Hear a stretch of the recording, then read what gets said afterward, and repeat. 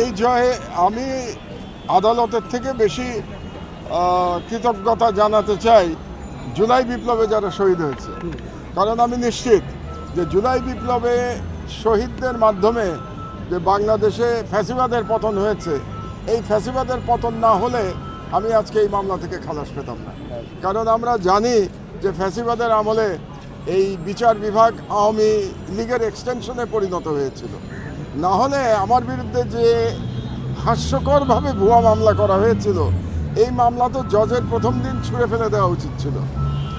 মামলা কি?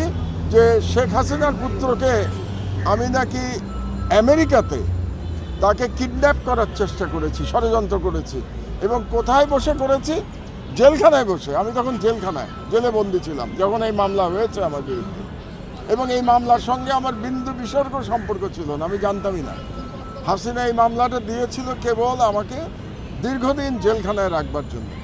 তো এই ধরনের মামলা যে কোনো দেশে যেখানে আইন আছে, বিচার আছে, গণতন্ত্র আছে, বিচার বিভাগের স্বাধীনতা আছে, সে দেশে প্রথমে এই মামলা রিজেক্ট হয়ে যেত।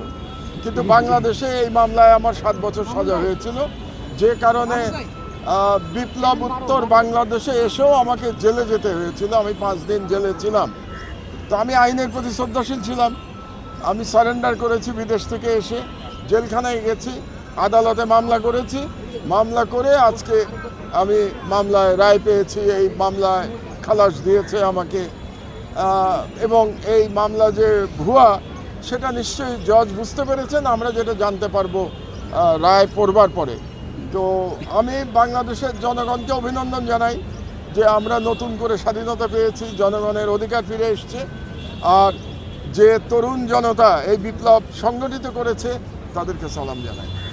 এটা তো প্রমাণিত হলো যে মামলাটি মিথ্যা ছিল আপনার খালাসের মধ্যে দিয়ে, কিন্তু বিনা বিচারে আপনি কোনো কারণ ছাড়াই মামলায় জেল কাটলেন। আমাদের দেশে এরকম অরহ ঘটনা ঘটে। একজন সম্পাদক লেখক হিসেবে আপনি অভিনন্দন যে 21শে পদক পাচ্ছেন। তো এইটার জন্য কি মেসেজ থাকবে আপনার জনগণের প্রতি? আমার মেসেজ হচ্ছে যে সরকারি ক্ষমতায় আসুক না কেন, বিচার বিভাগ যেন স্বাধীন থাকে, বিচার বিভাগের উপরে যেন কোনো হস্তক্ষেপ না হয়।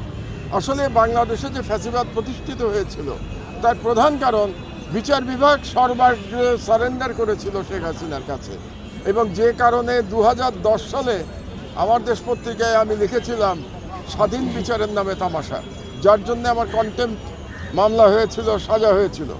তো আমি আশা করব শুধু বর্তমান সরকার নয়, ভবিষ্যতে যে গণতান্ত্রিক সরকার আসবে নির্বাচনের পরে, তারা যেন বিচার বিভাগে হস্তক্ষেপ না করে এবং বিচার বিভাগ স্বাধীনভাবে থাকে। এখানে যারা জজ নিয়োগ পাবেন, তাদেরকে যেন স্বচ্ছ প্রক্রিয়ার মাধ্যমে নিয়োগ দেওয়া হয়। এটাই আমার স্বাধীন বাংলাদেশে প্রত্যাশা।